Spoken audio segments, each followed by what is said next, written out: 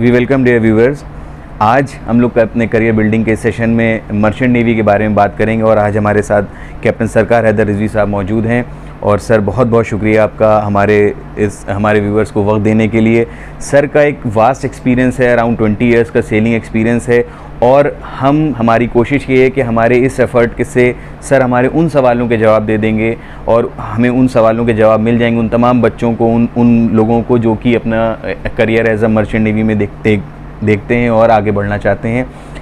तो हम लोग सर से कुछ सवालात करेंगे। सर हमारा पहला सवाल आपसे ये है कि what is basically merchant navy. जब कोई बच्चा बात सुनता है मर्चेंट नेवी के बारे में तो उसके जहन में क्या ख्याल आता है और actually what is merchant navy, और मर्चेंट नेवी में जाने के लिए बच्चे को किस रास्ते को ऑप्ट करना है और उसको ये जो करियर है वो किस तरीके से प्लान करना है। सर हम आपके एक्सपीरियंस से ये जानना चाहते हैं।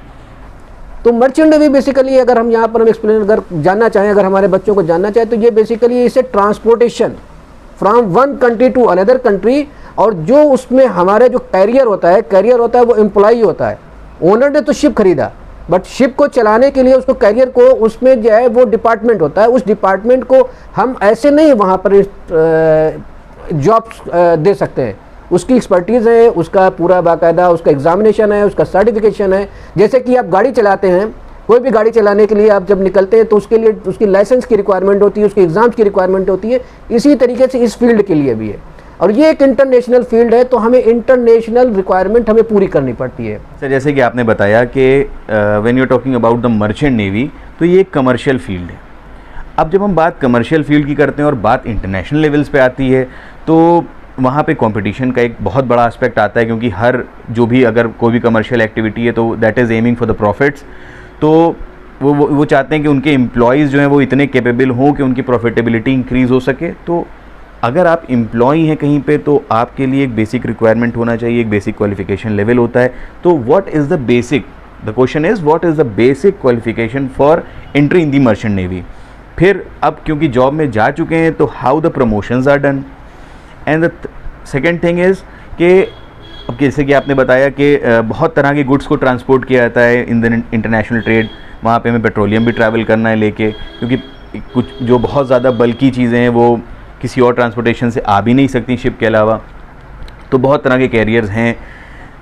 तो सर किस किस तरह के कैरियर्स हैं आपके पास, और क्या हर कैरियर में अलग जाने के लिए क्या अलग क्वालिफ़िकेशन की ज़रूरत है, या एक क्वालिफ़िकेशन के साथ हम डिसाइड कर सकते हैं अपने पास से कि हम कहाँ जाना चाहते हैं?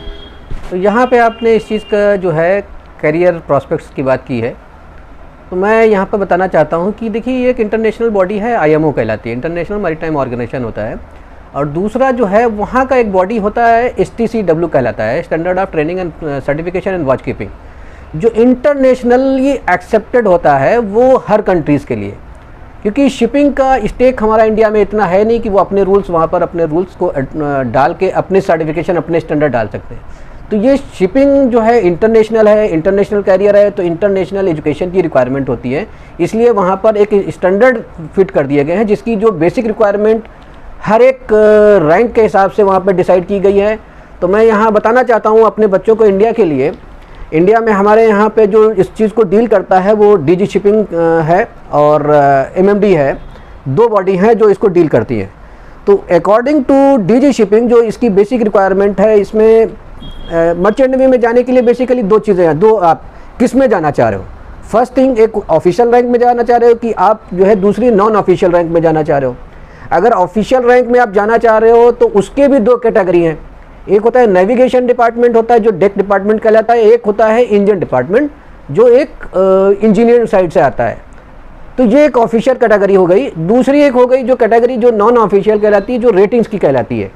रेटिंग्स में हमारे पास में 3 कैटेगरीज आ जाती हैं। 3 कैटेगरीज को हम इस तरीके से डिवाइड करते हैं, जैसे कैटरिंग डिपार्टमेंट हो गया, दूसरा डिपार्टमेंट हो गया जो डेक हैंड्स जो असिस्टेंट होते हैं कार्गो ऑपरेशन मेंटेनेंस ऑपरेशंस के लिए। तीसरी चीज़ हो गई इंजन में जो इंजन का जो इंजीनियर्स का जो वो असिस्टेंस होता है, वॉच कीपर्स कहलाते हैं। जो जब वेसल मूव करता है उसमें एक इंजीनियर के साथ एक वॉच कीपर्स होता है, इसी तरीके से एक डेक ऑफिसर के साथ में एक डेक जो है रेटिंग्स वो उसके साथ वॉच कीपिंग करता है। तो बेसिकली जो इसमें ऑफिशियल रैंक में अगर जाना चाह रहा है बच्चा तो उसकी रिक्वायरमेंट ये है कि एज़ पर इंडियन गवर्नमेंट और STCW 95 जो रिक्वायरमेंट है 2010 की, उसमें 10+2 की रिक्वायरमेंट है। PCM होना चाहिए, physics chemistry mathematics, English must है, और मिनिमम 60% मार्क्स होना चाहिए, इसके अबव होना चाहिए, एटलीस्ट 60% मार्क्स होना चाहिए। जो ऑफिसर कैटेगरी जिसका एक एग्ज़ाम्स होता है, इंडिया में 2 बार एग्ज़ाम्स कंडक्ट होता है, वो एक बॉडी है जो IMU CET, जो IMU इंडियन मैरीटाइम यूनिवर्सिटी है, जो है कंबाइंड जो ये CET जो टेस्ट कराती है। एक टेस्ट होता है अगस्त में, एक टेस्ट होता है जून में। जो बच्चे अगर जाना चाहते हैं, जैसे फॉर एग्जांपल जो 12th में अपीयर हुए इस बार बच्चे, वो अगर मर्चेंट नेवी में जाना चाह रहे थे तो वो अप्लाई कर सकते थे मार्च में। जिसकी जब भी फॉर्म निकलते थे, गूगल में आप चेक करते रहे, इसके नोटिफिकेशन आते रहते हैं। जैसे कि फॉर एग्जांपल नीट की आती है, इसी तरीके से इसका भी है यहाँ पे बॉडी। मर्चेंट नेवी में अगर लीगल वे में एंट्री करनी है तो this is the right path. आपको IMU के थ्रू ही जाना पड़ेगा। आपने अगर IMU के थ्रू नहीं गए और बाहर से किसी ने आपको मिसगाइड कर दिया तो वो आपका सर्टिफिकेट वैलिड नहीं होगा। आपको फॉर एग्जांपल कहीं गल्फ में आपने जॉब्स तो ले ली किसी तरीके से, पैसे के तरीके, बट आप उसको आगे चल के बहुत ही डिफ़िकल्ट है आप उसको अपना परस्यू कर पाए अपना उससे करियर। इसका जो राइट वो है कि आपने IMU का जो है कौन सा बैच लिया, आपने जून का बैच लिया या दिसंबर का बैच लिया। जून के बैच में एक एडवांटेज है कि हमारे पास में जो जून में जब एग्ज़ाम्स के लिए आप बैठेंगे तो उसमें ग्रेजुएशन का आता है प्लस डिप्लोमा आता है, और जो दिसंबर आता है वो दिसंबर में जो आप एग्ज़ाम्स क्वालिफाई करेंगे वो सिर्फ डिप्लोमा होता है। इसमें जो ऑफिसर कैटेगरी है, जो एजुकेशन का है रिक्वायरमेंट +2 के बाद में, लाइक BSc नॉटिकल साइंस है, BE इंजीनियरिंग है, तो और जो DNS है, डिप्लोमा इन नॉटिकल साइंस आता है, डिप्लोमा इन नॉटिकल साइंस आता है, तो उस कैटेगरी में जो है आप अगर जून में क्वालिफाई करेंगे तो आपको ये ग्रेजुएशन की जो है 3 इयर्स का ग्रेजुएशन BSc नॉटिकल साइंस मिल जाएगा।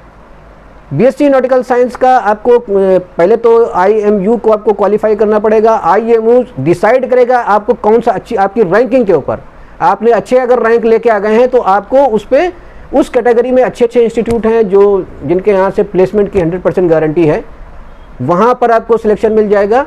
और अगर आपको वहाँ से अगर आपकी मार्किंग या आपकी जो रैंकिंग है वो आपकी अच्छी नहीं आई है तो आपको उसी अकॉर्डिंग आपके दूसरे जो है इंस्टीट्यूट आपको ऑफ़र किए जाएंगे। Same for nautical side, same for engineer side, deck side and engine side. Rating के लिए कोई एग्ज़ाम्स नहीं होता है। रेटिंग का एक वो बेसिक एग्ज़ाम्स होके उसमें रिक्वायरमेंट क्या है कि उसमें 6 मंथ का जो है आपको एक छोटा सा जो है कोर्स कराती है कंपनी, बट प्लेसमेंट की गारंटी के बगैर कोई कोर्स नहीं होता है।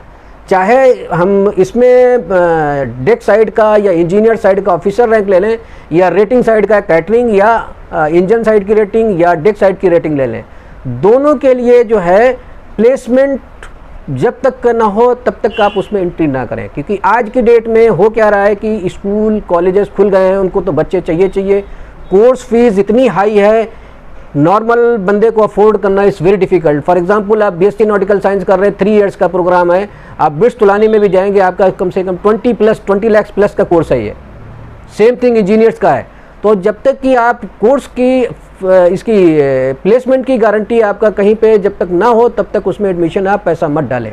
और प्लेसमेंट की गारंटी एज पर MMD, all the institute who are taking the admissions, उनकी यही बेसिक उनके यहाँ ये रिक्वायरमेंट दे दी गई कि आप किसी भी लड़के का एडमिशन नहीं लेंगे जब तक कि आपके पास में प्लेसमेंट का सोर्स ना हो। प्लेसमेंट देने के लिए आपको जिससे आपने स्पॉन्सरशिप ली है वहाँ पर आपको सेलेक्ट करना है कि आपको उस कंपनी में ऑयल टैंकर्स हैं। देखिए दो टाइप्स की यहाँ पे ज़्यादातर 3 टाइप्स के ज़्यादा है, और जो 3rd टाइप्स का है वो उसकी हमारे यहाँ जो है लिमिटेशन है, बहुत ही लिमिटेड जॉब्स अवेलेबल है। फर्स्ट वन आ जाता है dry cargo ship, second one आ जाता है ऑयल टैंकर्स, 3rd वन आ जाता है पैसेंजर शिप। एग्ज़ाम्स इनका बेसिक एग्ज़ाम्स और बेसिक सर्टिफिकेशन सेम है, बट जॉब्स के लिए, प्लेसमेंट के लिए आपकी कंपनी पे डिपेंड करता है और आप पे डिपेंड करता है आप किस फील्ड में जाना चाहते हो। हर एक कैटेगरी का एक अलग है अपॉर्चुनिटी के हिसाब से। आप फॉर एग्जांपल आपने ड्राई कार्गो मार्केट में बहुत से अवेलेबल हैं, उनके लिए जॉब ऑफर वहाँ पर बहुत से हैं। ड्राई कार्गो में हमारे पास में आ जाते हैं जैसे कि कंटेनर वेसल आ जाता है, दूसरी चीज़ हमारी बल्क कैरियर्स आ जाते हैं, तीसरी हमारी चीज़ में आ जाती है कार कैरियर्स आ जाते हैं, ऐसे बहुत से जनरल कार्गो वेसल्स आ जाते हैं। ऑयल टैंकर्स की इसी तरीके से फील्ड आ जाती है कि ऑयल जो क्रूड ऑयल्स कैरियर होते हैं, केमिकल टैंकर्स होते हैं, फिर गैसेज आ जाती हैं, गैस कैरियर्स होते हैं जिसमें LNG है, CNG है, पेट्रोलियम गैसेज हैं, ये सारी कैटेगरीज हैं। थर्ड वन में आ जाते हैं तो हम थर्ड वन कहलाते हैं कि पैसेंजर वेसल्स। पैसेंजर वेसल्स का देखिए ये फील्ड हमेशा जो है वेस्टर्न साइड में रही, यूरोपियन के पास में रही। इंडियंस के साइड में रेटिंग्स का रहा है। इंडियंस पैसेंजर वेसल में रेटिंग्स का काफ़ी स्कोप्स है और काफ़ी रेटिंग्स में जा रहे हैं। रेटिंग्स में आपको जाने के लिए वो होटल मैनेजमेंट का कोर्स करना पड़ता है, वो एक अलग फील्ड है। जैसे सर कहा जाता है कि हमें अगर किसी बच्चे को करियर बनाना है तो उसको at the beginning of their study उसको डिसाइड कर लेना चाहिए कि उसको क्या करना है। अगर वो डिसीजन पहले ले लेता है तो उसको प्रोज एंड कॉन्स उस चीज़ के बारे में ज़्यादा वक्त मिल जाता है पता करने को, और जब वो उस करियर में आता है तो एक एक्सपीरियंस फेलो की तरह आता है।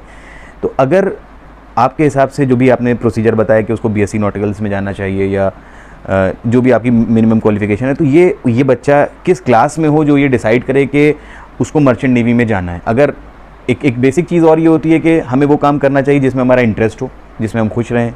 तो ऐसे कौन से इंटरेस्ट हैं? अच्छा, कुछ इंटरेस्ट ऐसे भी होते हैं सर जो हमारे अंदर होते हैं, हमारे तरफ एजुकेशन से गॉड गिफ्ट होता है हमारे पास। कुछ चीज़ें ऐसी होती हैं कि जो हमें डेवलप करना पड़ती हैं। तो ऐसी कौन सी बेसिक स्किल्स हैं जो कि अगर किसी बच्चे में मौजूद हैं तो हम समझ जाएं देख के कि हाँ ये बच्चा he can go for merchant navy, और या ऐसी कौन सी स्किल्स हैं अगर किसी में इंटरेस्ट है कि नहीं उसको साहब मर्चेंट नेवी में ही जाना है और वो एकदम तुला हुआ है, तो उसको अपने अंदर कौन सी ऐसी स्किल्स को डेवलप करना पड़ेगा over a period of time कि आने वाले वक्त में after 10+2 he can move towards the career of merchant navy. कि इसकी बेसिक रिक्वायरमेंट के लिए आपको +2 और इसमें 60% मार्क्स, और इसकी एज रिक्वायरमेंट है 25 ईयर्स।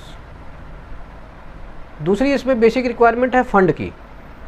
तो अगर आपके पास में फ़ंड अवेलेबल है, बेसिक रिक्वायरमेंट है, और मेन इम्पॉर्टेंट है इस फील्ड के लिए आपको आपकी बॉडी और आपका इंटरेस्ट, क्योंकि ये बहुत ही टफ़ लाइफ है। इतनी टफ़ लाइफ है, आपको जब वेसल में आपको यहाँ से कोर्स आपको करा के आपको जब आपने जो भी BSc नॉटिकल साइंस किया, मेन तो जॉब आपको शिप पे करनी है। तो शिप तो पोर्ट में तो रहता नहीं है, लैंड पे तो रहता नहीं है, समंदर में चलता है। और शिप जब मूव करता है तो उसको वेरियस वेदर्स, कभी बोले तो रफ़ वेदर होते हैं, एक्सट्रीम मतलब जो है रफ़ वेदर में होते हैं हम लोग, जहाँ पे साइक्लोन को भी है, रोलिंग पिचिंग्स होती हैं। तो अगर आप इस माहौल में आप एडजस्ट हो सकते हैं कि आपको रोलिंग पिचिंग से कोई फ़र्क नहीं पड़ता है, आपको वर्क करने आपको होमली नहीं होना चाहिए, क्योंकि ये फील्ड क्या है कि आपको एक बार once you signed the contract and you step in on board, आप उस तारीख से लेके आपका जब तक कॉन्ट्रैक्ट है, फॉर एग्जांपल मिनिमम जो रिक्वायरमेंट आज की डेट में है, जो सीनियर रैंक के लिए होती है 4 मंथ्स होती है, जूनियर ऑफिसर के लिए 6 मंथ होती है, रेटिंग्स के लिए 8 to 9 मंथ्स होती है। आप अगर 8 to 9 मंथ्स के लिए आप अपना पूरा जो है आप सोशल लाइफ को सेक्रीफाइस कर सकते हैं, होमली लाइफ को सेक्रीफाइस कर सकते हैं, क्योंकि वहाँ पर एक लिमिटेड टीम है, और जो टीम है वो आपको अपनी ड्यूटी के बाद ही उनसे मिल सकते हैं। और वो हर आदमी जो है इतना टायर्ड होता है क्योंकि ड्यूटी है, काम है, उसके बाद में उसको एंटरटेनमेंट का इतना उसके पास में नहीं रहता है। तो मेन इंटरेस्ट इसमें आपको अगर है ये सारी चीज़ें। और दूसरी चीज़ मैं आपको बता दूं, ये एक ऐसी फील्ड है जहां पे एक शॉर्ट पीरियड में आप मैक्सिमम एक हैंडसम अमाउंट कमा के आप आ सकते हैं। टैक्स फ्री सैलरी है, ये बहुत ही अच्छी चीज़ है, इसमें आपको कोई टैक्स नहीं भरना पड़ता है। उसके लिए इंडियन गवर्नमेंट का जो एक प्रोविज़न है कि 183 डेज जो NRIs कहलाते हैं, वो एक आपको टाइम निकालना पड़ेगा। आप इंडिया में फ्री होकर आप जो है डॉलर लेके आइए, आपको उस पर सबसे बेहतर ये है। और आपने देखा होगा ऐड जो है कंपनियाँ ऐड निकालती हैं कि after 10+2 you earn 2 lakhs। So is correct, क्योंकि आपने अगर BSc नॉटिकल साइंस कर लिया और उसके बाद में आपको प्लेसमेंट हो गया, आप 3rd ऑफिसर बन गए, तो आपकी मिनिमम सैलरी जो है यहाँ पे $3000 होती है। $3000 जो है, जो कि आपकी डेट में आज की 73 से आप मल्टीप्लाई करेंगे, आपकी 2 लाख से ऊपर होती है। और वहाँ पर कोई भी एक्सपेंसेस नहीं है आपका। इवन कम्युनिकेशन भी कंपनी आज की कवर करती है। कम्युनिकेशन में आपको नेट फैसिलिटीज़ है, खाना आपका फ्री है, टोटल आपका हेल्थ फ्री है। जो भी पैसा आपको खर्च करना है अपनी पर्सनल इंटरेस्ट, अपना पर्सनल घूमने बाहर जा सकते हो। तो ये एक लुक्रेटिव फील्ड है, इसमें आप एडवेंचरस हैं, समंदर का मज़ा लेना चाहते हैं तो बहुत अच्छी चीज़ है। पोर्ट आपको दूसरे डिफरेंट कंट्रीज़ आपको घूमने का शौक़ है, वहाँ का फ़ोटोग्राफी का शौक़ है, तो उनके लिए बहुत अच्छी करियर है यहाँ पर। तो मैं तो ये कहूँगा अगर आपको इन सब चीज़ों का इंटरेस्ट है तो बहुत अच्छी चीज़ है, बड़ी अच्छी फील्ड है। वेरी शॉर्ट पीरियड में आप इतनी जल्दी राइज कर जाएंगे, बट इसमें एक चीज़ का ध्यान रखिएगा, आप राइट टाइम पे राइट एंट्री करें। सर जैसे ही कहा जाता है कि हर इंसान की कुछ ना कुछ हॉबीज़ होती हैं और कुछ माइनर इंटरेस्ट होते हैं एक्सेप्ट द मेजर इंटरेस्ट जिसको वो करियर की तरह चलाता है। हर इंसान की, जैसे मेरी हॉबी कुछ हैं, आपकी सर हॉबी कुछ हैं, आपकी जैसे कि ओरेशन का शौक़ है तो सर पॉलिटिक्स में भी हैं, और कह सकते हैं कि माइनर इंटरेस्ट में एंटरप्रेन्योर, एक सक्सेसफुल एंटरप्रेन्योर हैं when he is at his home. तो एक अच्छा इनका बिज़नेस है माशाल्लाह, और उस बिज़नेस को ये रन करते हैं। साथ ही साथ इनकी राइडिंग की हॉबी है, गाड़ियाँ सर के पास हैं, गाड़ी चलाने का बहुत शौक़ है सर को। सर जब हम ये जानना चाहते हैं कि जैसे कि आपने बताया कि वहाँ पे बहुत लिमिटेड लोग हैं और बहुत कम वक्त है, सबके पास अपनी अपनी ड्यूटीज़ हैं, किसी की अलग शिफ्ट है, किसी की अलग शिफ्ट है। हम अगर शिप पे हैं, ऑन बोर्ड हैं, वॉयज के दौरान हम किस तरीके से अपने को एंटरटेन कर सकते हैं? क्या सर हमारे पास, अगर हमें, जैसे कि आपने कहा कि एक अच्छी पर्सनैलिटी का होना बहुत ज़रूरी है मर्चेंट नेवी में, आपकी बॉडी, आप फिट होना चाहिए, अंदर से हेल्दी होना चाहिए, तो क्या सर शिप में हमारे पास ये फैसिलिटी अवेलेबल होती है कि हम जिम कर सकें, हम वहाँ पे कुछ, क्योंकि जहाज़ एक बहुत बड़ी चीज़ है, छोटा सा नहीं होता है जहाज़, एक बहुत बड़ी चीज़ है, तो क्या सर वहाँ पे हम कुछ स्पोर्ट्स वगैरह खेल सकते हैं? ये मेरी मोरल रिस्पॉन्सिबिलिटी होती है, और एज़ पर ILO कन्वेंशन जो अभी लेटेस्ट हुआ है उसकी बेसिक रिक्वायरमेंट है इन सब चीज़ों का उस पर ध्यान दिया जाए, क्योंकि बिज़ी लाइफ है, सोशल एक्टिविटीज़ कुछ तो होनी चाहिए। तो हमें उनकी जो है साइकोलॉजिकल और उनकी जो है एंटरटेनमेंट का हमें ध्यान करना पड़ता है। हमें कंपनी अलग से फ़ंड प्रोवाइड करती है जो हम उनके एंटरटेनमेंट के ऊपर खर्च करते हैं। जिम होते हैं जहाज़ों के ऊपर प्रॉपर, अगर जिन बच्चों को शौक़ है बॉडी बिल्डिंग का तो अपना बियॉन्ड जॉब उनका जो टाइम, जो उनका रेस्ट पीरियड होता है, जो आफ्टर ड्यूटी उनका टाइम होता है, वो बच्चे जिम जाते हैं, अपनी अच्छी से बॉडी बनाते हैं उस शिप पे। एक बढ़िया टाइम होता है अपना, कुछ 1 घंटा भी अगर जिम पे निकाल लिया तो एक स्ट्रेस फ्री लाइफ भी होती है, अच्छी नींद भी आती है। और हम लोग इसको, हमारी इंडस्ट्री इसको इनकरेज करती है कि हर बच्चा एटलीस्ट सम एक्सरसाइज करे और कुछ ना कुछ। पार्टी की बात हुई तो हम लोग का अपना यह है कि गेट टुगेदर्स होती रहती हैं जिसमें कि हम खाने का अच्छा अरेंजमेंट करते हैं। अगर किसी को एंटरटेनमेंट करना हुआ, कोई म्यूज़िक अपना कुछ ना कुछ प्रोग्राम कर लिया। बहुत से ऐसे प्रोग्राम्स हमने होते हैं कि बच्चे लोग जैसे कि मिक्स कल्चर में या मिक्स नेशनलिटी हैं, तो उस मिक्स नेशनलिटी में उनके साथ हम बैठ के कुछ एंटरटेनमेंट हैं। फॉर एग्जांपल फिलिपिनोस का यहाँ पर क्रू का बहुत ज़्यादा वो है, तो फिलिपिनो का मैंने ये ट्रेंड देखा है कि वो लोग सैटरडे जैसे उनका या संडे ऑफ पीरियड होता है तो इवनिंग के टाइम वो एक कराओके पार्टी करते हैं, तो सब बैठ के अपना कराओके सिंगिंग कर रहे हैं और एंटरटेनमेंट कर रहे हैं। Family carriage allowed for junior officer to senior officers, but आज की डेट में फैमिली कैरेज, कोरोना पीरियड है, प्लस दूसरा है सो मेनी वीज़ा रिक्वायरमेंट है, और बहुत से लोग हैं फैमिली लेके जाते हैं। फैमिली कैरेज अलाउड है, depending on company to company. आपकी कंपनी अगर कहती है तो आप फैमिली कैरेज ले जा सकते हैं, but no pregnant women, pregnancy allowed नहीं है। देर से बात हो रही है मेडिकल एक्सपेंसेस की। जब हम बात करते हैं मेडिकल की तो बट ऑब्वियस बात होती है डॉक्टर की। यहाँ पे क्योंकि हम इस सीरीज़ के मदद से हर प्रॉज एंड कॉन्स सारी बातों के बारे में बात करेंगे, अच्छाइयाँ और जो कमियाँ हैं, जो प्रॉब्लम्स आपको फेस हो सकती हैं, क्योंकि किसी भी करियर को बनाने के लिए हमें अच्छाइयाँ ही खाली नहीं पता होना चाहिए, बल्कि हमें ये भी पता होना चाहिए हम क्या फेस करने जा रहे हैं रियलिटी में। क्योंकि बुराई को या किसी भी चीज़ की नेगेटिविटी को जब तक हम नहीं सोचेंगे हम अपने को उस तरह से बिल्ड नहीं कर सकते। तो जब हम बात करते हैं मेडिकल की, तो क्या शिप पे कोई MBBS या BOMS या ऐसी कौन सी क्वालिफिकेशन है जो एक मेडिकल बंदे के पास होनी चाहिए कि अगर वो मेडिकल फील्ड में जाना चाहता है? पर मिनिमम बेसिक मेडिसिन्स जो है हम लेके चलते हैं, और जो छोटे लेवल की, जो फॉर एग्ज़ाम्पल आपको फीवर या पेन, इस टाइप की छोटी बीमारियां जो भी हैं, हमारे पास में मेडिकल गाइड होती है। और ऑफिसर से लेके सीनियर ऑफिसर तक के लिए डिफरेंट लेवल के जो है डिफरेंट डेज़ के जो है कोर्सेज होते हैं। तो ओवरऑल जो है हम कहें कि मास्टर ही उसका रिस्पॉन्सिबल होता है, और जो भी ऑन बोर्ड किसी को अगर प्रॉब्लम होती है तो वो उसको रिपोर्ट करता है, मास्टर फिर अपॉइंट करता है, मेडिकल कंसल्ट करता है। जो मेडिकल, हर कंपनी का वहाँ पर एक टाई होता है, मेडिकल जो शोर टीम होती है उसके साथ में हम उनको सिम्टम्स भेजते हैं, वो हमें मेडिकल जो मेडिसिन्स अवेलेबल होती हैं ऑन बोर्ड उनको हम वो भेजते हैं। फिर वो हमें रिकमेंड करते हैं कि आप जो है इसकी ये मेडिसिन दीजिए, और उसकी रिपोर्टिंग कंटिन्यूस होती है। तो आज की डेट में एक तो बहुत ईजी हो गया है कि हमारे पास में नेट फैसिलिटीज़ ऑन बोर्ड है, तो हम उसके फ़ोटोग्राफ्स लेके वीडियो कॉल भी हम कभी कभी डॉक्टर से करा देते हैं।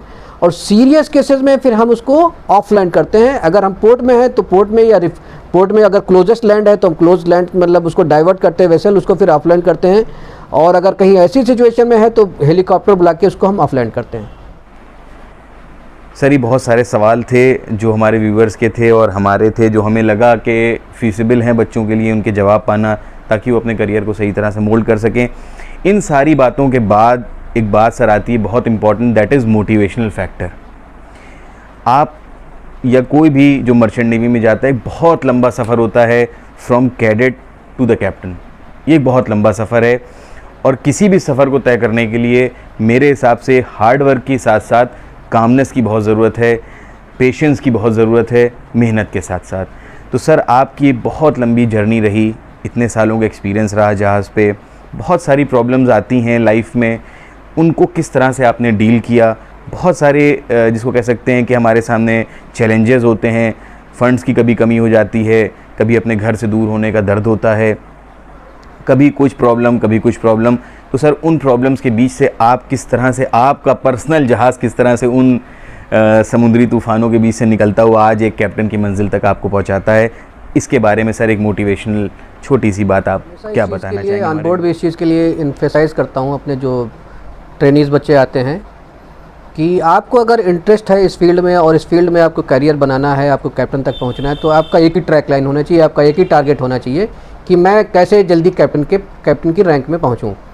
और बहुत बड़ा सफ़र नहीं है, आप अगर अच्छे मेहनत वहाँ पे कर जाते हैं, उसकी एक सी टाइम रिक्वायरमेंट होती है, उस सी टाइम्स के बाद में एग्ज़ाम्स आप अच्छे, आज के एग्ज़ाम्स अगर बच्चे हैं सब मटेरियल पड़ा हुआ है और आपका टारगेट है अगर एग्ज़ाम कैप्टन बनने का, तो बहुत जल्दी आप उस फील्ड पे आप मेहनत से अपना कैप्टन पहुंच सकते हो। बहुत लंबा सफ़र नहीं है इसमें। अगर हम देखें तो अगर आप फॉर एग्ज़ाम्पल आप 25 ईयर्स में आप कंप्लीट करते हैं ट्रेनिंग, तो बाई 35 ईयर्स एज में आप वहाँ पर कैप्टन की रैंक में पहुँच सकते हैं। 10 साल के पीरियड में आप कैप्टन बन सकते हैं, चीफ इंजीनियर बन सकते हैं। दूसरा यहाँ पर एक जो चीज़ है कि यहाँ पर कैसे सस्टेन किया जाए और कैसे हम इस लंबे सफ़र को, हर एक के पीछे होता है हमारी बेसिक रिक्वायरमेंट, पैसा कैसे कमाना है। चाहे हम जॉब्स कहीं भी कर रहे हों, और जॉब से हमें मेन होता है हमें हमारी बेसिक रिक्वायरमेंट, हम जो पैसा कमा रहे हैं उस पैसे से हमारी बेसिक रिक्वायरमेंट पूरी हो रही है कि नहीं पूरी हो रही है। और दूसरा होता है इसमें इंटरेस्ट, लोगों के पास में क्या है कि बेसिक रिक्वायरमेंट भी पूरी हो गई और उसमें इंटरेस्ट, मज़ा नहीं आ रहा है। तो आपको अगर ये फील्ड आप अगर शुरुआत से आपने अगर सिलेक्ट की है तो आपको उस पर स्टिक रहना पड़ेगा till you become master and till achieve your target. हमारे यहाँ जब ऑन बोर्ड हम जाते हैं तो इस चीज़ में हम बच्चों को देखते हैं कि आज के नए बच्चे जो हैं फ्रस्ट्रेशन फील करते हैं। रीज़न ये होता है कि वो पढ़ने में बहुत अच्छे होते हैं, वहाँ पढ़ाई का तो इतना बड़ा कोई वो है नहीं फैक्टर।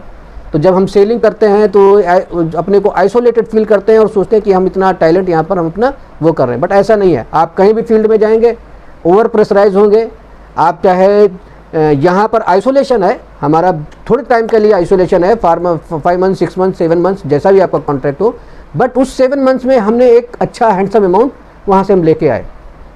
वहाँ से पैसा कमा के आप फर्दर आपको इंटरेस्ट नहीं है, आप अच्छे से ग्रेजुएशन कर सकते हो, अच्छे से मैनेजमेंट कोर्सेज कर सकते हो। उन मैनेजमेंट शिपिंग का बैकग्राउंड लेके मैनेजमेंट कोर्स करके आप दूसरे सेक्टर, फॉर एग्जांपल जो शिपिंग से रिलेटेड है, शिपिंग एंड लॉजिस्टिक, आप वहाँ पे जा सकते हो। शिपिंग कंपनियाँ हैं, वहाँ पर अपना करियर एनहांस कर सकते हो। तो ये एक मर्चेंट नेवी फील्ड है, इसमें बहुत से करियर ऑप्शन है। मर्चेंट नेवी एक नेविगेशन इंजीनियरिंग साइड से, 20 साइड में जो इंजीनियरिंग साइड से होते हैं वो आप उनको जैसे ही चीफ इंजीनियर बनते हैं उनको ऑफर आ जाता है, ऑफिस में बैठ के वो ऑफिस का जो है ऑफिस से वेसल्स को मैनेज करते हैं। कैप्टन्स भी हैं वही तरीके से, वो भी मैनेज करते हैं। इंस्टीट्यूट्स जो होते हैं उसमें अपना जो है करियर वो इन्हेंस कर सकते हैं, लेक्चरर बन सकते हैं, और अच्छा पैकेज के साथ में होता है, क्योंकि आप यहाँ पर एक एक्सपीरियंस को हायर कर रहे हो जो बहुत ही वास्ट एक्सपीरियंस के साथ में आपके पास में बैठा हुआ है। तो जो बच्चे इसमें आना चाहते हैं, बहुत अच्छी फील्ड है, बहुत ही लुक्रेटिव फील्ड है, बट उसका वही है कि इंटरेस्ट, आपका अगर इंटरेस्ट नहीं है तो कहीं भी आप सर्वाइव नहीं करोगे। आपने एक बार फर्म डिसीजन कर लिया, हमने इसमें आए, आपने कोर्स किया, कोर्स करने के बाद हमने शिप पे भी गए, शिप पे फिर मज़ा नहीं आया, तो फिर आप वहाँ पर अपने को फ्रस्ट्रेशन फील करोगे और कहीं के नहीं रहोगे। तो मेरा बच्चों से यही कहना है कि अगर आप ये करियर इसमें आप सिलेक्ट कर रहे हो तो बहुत ही अच्छी अपॉर्चुनिटी है, और आप यहाँ से पैसा कमा के जो है आप हायर स्टडीज़ में आप कनाडा जा। मैं यहाँ पर एग्जांपल देना चाहता हूँ, जो मेरा कैडेट था उसके पेरेंट्स जो है ना अच्छी जॉब में थे, तो उस बच्चे ने क्या किया, जूनियर इंजीनियरिंग में उसने अपना वहाँ पे करियर डिग्री हासिल की। डिग्री के बाद में उसने एक शिप पे अपना कॉन्ट्रैक्ट किया, पैसा कमाया, और फर्दर जो है उसने यूएस में जाके अपना एडमिशन लिया और यूएस में जो है फर्दर स्टडी अपनी वहाँ पर जो पोस्ट ग्रेजुएशन है वहाँ से करके आज की डेट में वो अमेरिकन्स के बीच में जो है एक ही बहुत बड़ा ऑफिसर बन के बैठा हुआ है। तो यहाँ से जो बच्चे हैं अगर पढ़ना चाहते हैं, अच्छे टैलेंटेड है, पैसा कमा के अच्छी स्टडी कर सकते हैं। एक तो ये ऑप्शन है, बहुत बढ़िया इंटरेस्ट है। दूसरा ऑप्शन जैसे हमने बताया कि shipping and port and logistic, उसमें एमबीए करके आप उसमें भी घुस सकते हो। थर्ड ऑप्शन हमने बताया कि जैसे लेक्चरर हैं जो लेक्चरशिप में जा सकते हो, ऑफिस में एग्जीक्यूटिव ऑफिस में जो है सीनियर मैनेजर की पोस्ट में भी काम कर सकते हो। तो मैं अपने बच्चों से यही कहना चाहता हूँ कि ये कंपटीशन का मार्केट है और आपके पास में अगर पैसे का अफोर्ड कर सकते हो, इंटरेस्टेड हो, तो एक राइट सिलेक्शन के साथ में आप जो है ना एक अपना डिसीजन फॉर्म करिए और एग्ज़ाम्स के थ्रू कंपनी, अच्छी कंपनी में एक अच्छी सी ट्रेनिंग ले और उसमें एंट्री जाए। मैंने 20 साल का यहाँ पर जो है अपना जो है एक कहेंगे एक पाथ जो मैंने एक अपना जो एक रास्ता एक जो है तय किया, जो मैं 21 साल का निकला था, आज की डेट में 47 ईयर्स का हो रहा हूँ। मुझे तो कोई ऐसी प्रॉब्लम्स नहीं दिखी। हाँ है, फैमिलीज़ के होती हैं, बगैर फैमिली सपोर्ट से इस फील्ड में आपका सर्वाइवर नहीं है। आपके साथ में, क्योंकि आप जब 7 महीने 8 महीने रहें तो आपका यहाँ फैमिली पे कोई तो है उसको चलाने के लिए। तो मैं यही कहना चाहता हूँ बच्चों को कि हर फील्ड में कहीं ना कहीं जो है मतलब अप एंड डाउन होता है, बट इस फील्ड की एडवांटेज पॉजिटिवनेस ये है कि अगर हम गए वहाँ पर तो हमको एक अच्छा हैंडसम अमाउंट भी मिलता है। तो उस हैंडसम अमाउंट से ये है कि हम जो श्योर वाला जो है साल भर मेहनत करने के बाद में या उसको छुट्टियाँ भी नहीं मिलती हैं और उतना पैसा भी नहीं मिलता, यहाँ पर छुट्टी भी है और उससे ज़्यादा पैसा भी है। तो कई इसमें नेगेटिव भी हैं, कई चीज़ें पॉजिटिव भी हैं। ये आपको डिसाइड करना है कि क्या आपको चाहिए। एक बार सर आपका बहुत बहुत फिर से शुक्रिया, आपने हमारे इतने सारे सवालों के जवाब हल कर दिए। उन तमाम बच्चों के उन लोगों के सवालों के जवाब आपने दे दिए और उनकी क्वेरीज़ को इस तरह से आपने हल किया कि they are now you can say that अब वो बहुत आसानी से चीज़ें समझ सकते हैं कि उनको किस तरह से करियर बनाना है और मर्चेंट नेवी में जाना है।